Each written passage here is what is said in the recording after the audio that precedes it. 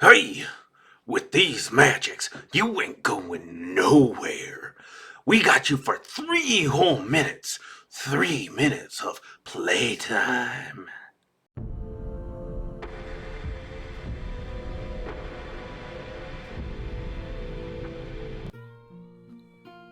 Hello there, everyone, and welcome back down here to the Gamer's Den with me, your host, Jordan, your master of lore and storyteller extraordinaire. And joining me again is my most adorable co-host, Finn, uninitiated to any circles of lore and apprentice storyteller. He's getting the grasp on these words and speech things, but we still have a ways to go yet, but man, will he garble out a story for you anyways. Today, we are continuing on with our first edition Pathfinder Wizard Guide. Today, we are going to be going over second and third level spells, but there is something that we need to address that was rightfully brought up by Captain Crank, and that's that I didn't really highlight Magic Missile the way I should have. I did mention it at the end of the 0 and first level spells video, but really that isn't good enough, so mea culpa. Mea maxima culpa, in fact. So we'll get into that in a moment. But before we do, if you're new here to the channel, go on down there, hit the subscribe button, and become a regular member here at the Gamer's Den. Or if you've already gone on ahead and listed yourself on just such an incredible roster of legendary heroes, then go on down to hit the like button and share the video far and wide. Now, let's get into things. So, like I said, we're going to talk about Magic Missile real quick. Now, this is a great spell starting out. It's even good when you get into later levels. So it lets you target up to 5 creatures within 100 feet plus 10 feet per caster level with a force missile that deals 1d4 plus 1 force damage. This missile always hits the designated target or targets that are short of total concealment or cover, meaning if you can see any part of them, you can hit them. For every 2 caster levels beyond first, you gain another missile, maxing out at 5 missiles by caster level 9. With Toppling Spell, each time Magic Missile does damage, you can make a trip attempt using your caster level and intelligence bonus for the check, which is massive because that's each time it does damage. So if you target one target with 5 missiles, that's 5 chances of tripping them, which you've got pretty good odds of even tripping somebody that even has a good combat maneuver defense. So definitely that's a potent combination for you to have, and it's something that keeps Magic Missile useful into even late game stages. So it's definitely a worthwhile spell and is well worth your time and investment, especially with this feat. But from there, we are now going to move on to second level spells, and things start to get a little bit more interesting. First, we have Mirror Image. It's a standard action to cast, and you create 1d4 plus 1 per caster level images of yourself. When an attack roll is made against you, roll randomly to determine if you're hit, or if a double is hit, and this lasts 1 minute per level. And that's an incredible duration right there. This is a great defensive spell. Wasting an opponent's hits against doubles is going to do a lot to save your life. Because remember, even though we're going toughness and going more of the Macho Mage route, you are still going to be squishy. So having defensive spells up and in place are going to be worth the time and investment. Next is See Invisibility. Target self to see invisible creatures normally and ethereal creatures as translucent shapes for 10 minutes per level. Another incredible duration right there. That's going to get you through several combat encounters. Then we have Blindness and Deafness. It's a standard action to cast and force a fortitude save or have the target be permanently blinded or deafened. Your choice, and you pick the target within 100 feet plus 10 feet per level. Now, overall, blinded is going to be better than deafened in most cases because a blinded target can't see what they're aiming at all. A deafened creature can. It does have its own set series of penalties, and it's by no means a bad debuff to lay down on an opponent, but blinded is probably 9 times out of 10 going to be the better choice. Either way, you're going to have fun with it. Then we pick up Summon Monster 2. This is as Summon Monster, but 1d3 Summon Monster creatures, or 1 from Summon Monster 2's list. And you're going to want to pick giant frogs or small elementals. Giant worker ants or hyenas are also going to be solid picks, but the first 2 are probably going to set you on the right course most of the time. And something else to mention, and while several guides do list the different summon monster spells at different ratings, some of them list them as just kind of okay maybe, I still think they're really great spells, even the more mediocre ones, because you can go back and summon more creatures from the previous spell and have more on the field at any given time. And bear in mind that the goal of these are to, one, provide battlefield control, because this is more bodies on the battlefield on your side, add more actions on your side to boost your action economy, and thirdly, they are going to absorb hits. Even if you have them just rush an opponent and have them eat attacks of opportunity, that's attacks of opportunity not going to your allies that might have to either close with the target quickly or try to get around them to more important targets. So there's a lot of utility with it, even in the spells that don't offer the same bang for your buck on the spell slots. The next spell is Ashen Path. Grant creatures immunity to contaminated air like ash, dust, things like that, and a +4 save bonus to magic effects like these. Also grant the ability to see through magic obscuring effects like ash, smoke, and fog up to 60 feet. Lasts 10 minutes a level, and the duration must be split between targets. So that's a pretty sizable duration there, and there are plenty of obscuring effects, like different kinds of obscuring mist spells, for example, or burning fires in buildings and stuff. All the smoke in there, having your allies be immune to that is actually pretty useful, if a bit situational, but being able to see clearly through it all is absolutely great. That will do a lot to save your party's lives, your own life, and possibly the lives of several NPCs. Then we have Resist Energy. Select either Acid, Cold, Electricity, Fire, or Sonic. The target gets Resist Energy 10 against the chosen energy type, and damage saved is damage earned. That phrase doesn't really translate well there. The point is, the more hit points you can save from being taken away, the more you're going to have around for later, so definitely have Resist Energy handy. Another handy spell, though, is Glitter Dust. Target a 10-foot radius within 100 feet plus 10 feet of caster level and coat it with golden glitter for 1 round per level. Targets in the area have to make will saves or be blinded and take a -40 penalty to stealth, and invisible creatures are entirely revealed by this glitter dust.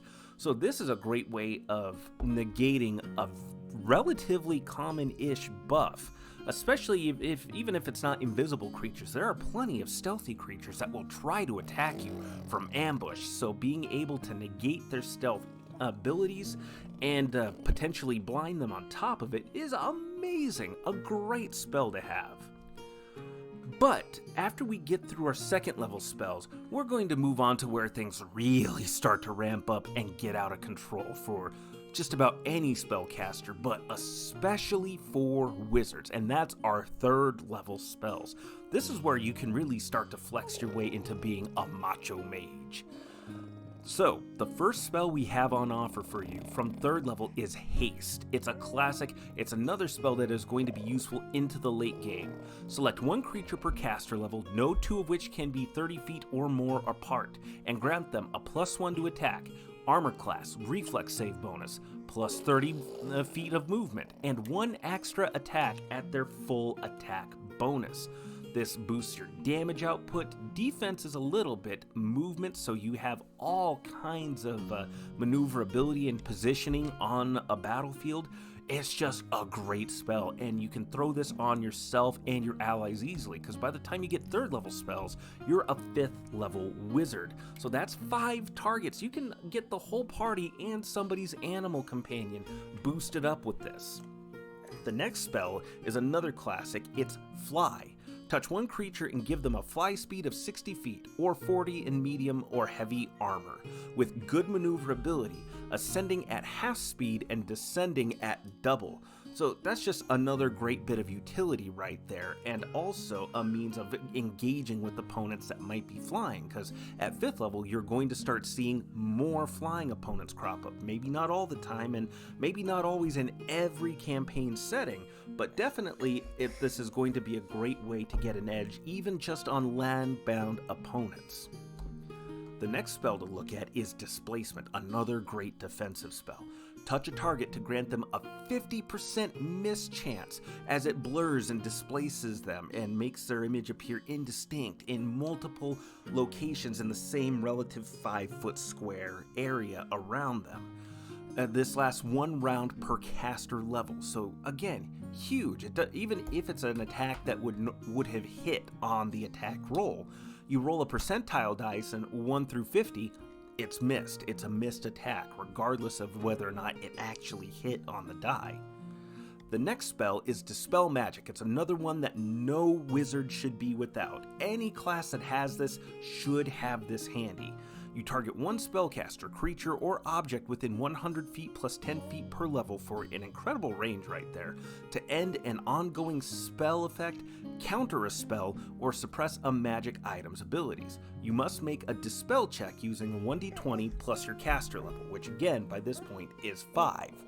Now, countering a spell can be a bit situational in whether or not you can or will want to do that, because a lot of spells, well, not a lot of spells, it just really depends on what exactly the situation is. Generally speaking, ending already ongoing spell effects or suppressing a magic item's abilities are going to be much more beneficial for you and your allies in the long run, whereas counterspell can be a little bit hit or miss. It just really depends on the spell that's being cast. But if it's a serious spell or a spell that's going to be a significant buff to your enemies, like say Haste for example, then it'll probably be worth it. If an enemy is just using Cure Light Wounds or something like that, or Cure Moderate Wounds, I mean, it's annoying when an opponent heals, but your barbarian friend can probably blast their way through whatever damage is healed pretty handily, especially if you've already thrown haste on them. But next, we come up to Force Punch. Make a touch attack to deal 1d4 force damage per caster level, maxing out at 10d4, and push the target away in a straight line 5 feet for every 2 caster levels you have. So at this point, that's 10 feet that you push them away. Every size category above medium reduces the distance pushed by 5 feet. So a large creature would reduce that 10-foot push range down to 5 feet. A successful fortitude save negates the push, but not the damage. Now, because this is a force effect, you can combine this with Toppling Spell. You might not do this right away at 5th level, since you only have 1 3rd level spell slot, and you can't cast out of 4th level spells.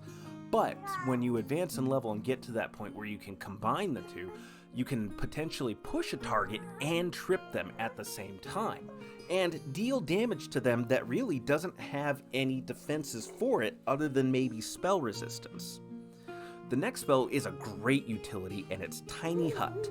For 2 hours at caster level, conjure a 20-foot opaque, colored, and immovable sphere that can comfortably fit 10 medium-sized creatures.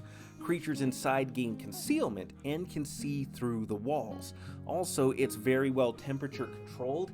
If the temperature outside in your immediate environment is anywhere between 0 to 100 degrees Fahrenheit, the temperature inside the tiny hut will stay at a comfortable 70 degrees. Now, any degree it drops below 0 or goes above 100, the temperature inside will also increase or decrease by the same amount. So that actually gives you a pretty comfortable and relatively safe place to take shelter in overall, especially if you're packed with the appropriate survival gear meant to thrive or keep you alive in those environments. See what I mean about this one telling a bunch of his own stories now? My goodness. But that's just the tip of the iceberg. Really, I could probably keep going for a while with 3rd level spells, especially with my thoughts on a lot of evocation spells like Fireball really changing. Fireball does depend on what your meta magic feat loadout looks like, what school of magic you decided to go with, especially if you went with the admixture school or evocation. giving you bonus damage to those spells overall, or the ability to change the damage type on those spells. There's just so many different combinations. Hell, I didn't even touch on Summon Monster 3 for this level, which I probably should at some point, or at least bring it up when I talk about Summon Monster 4, because 3 does not have bad options all the way around. Certainly worth considering and thinking about. But what do you think? Go on down to the comments below and let me know your thoughts. Did you like today's video? Did you dislike it? Let me know your thoughts either way. What spells might you also recommend at 2nd and 3rd level? And what combinations of feats do you think would work really well for them? Let us know your thoughts in the comments down below either way, and we'll engage in discussion. And remember, if you're new here to the channel, go on down there, hit the subscribe button, and become a regular member here at the Gamers Den. But with all that said, I've been your host, Jordan, your Master of Lore and Storyteller Extraordinaire. Thank you all so very much for your time, and you all have yourselves a good night.